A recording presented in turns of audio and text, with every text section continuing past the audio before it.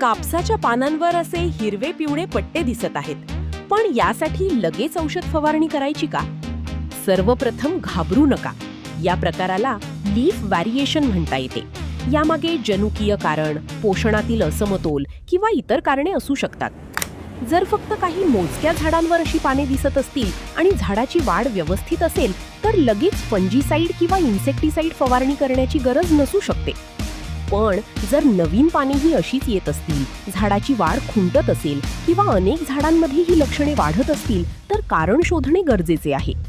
फक्त पानांचा रंग बदलला म्हणून कार्बेंडाझिम, मेटालॅक्सिल किंवा दुसरे फंजीसाईड स्वतःहून फवारू नका.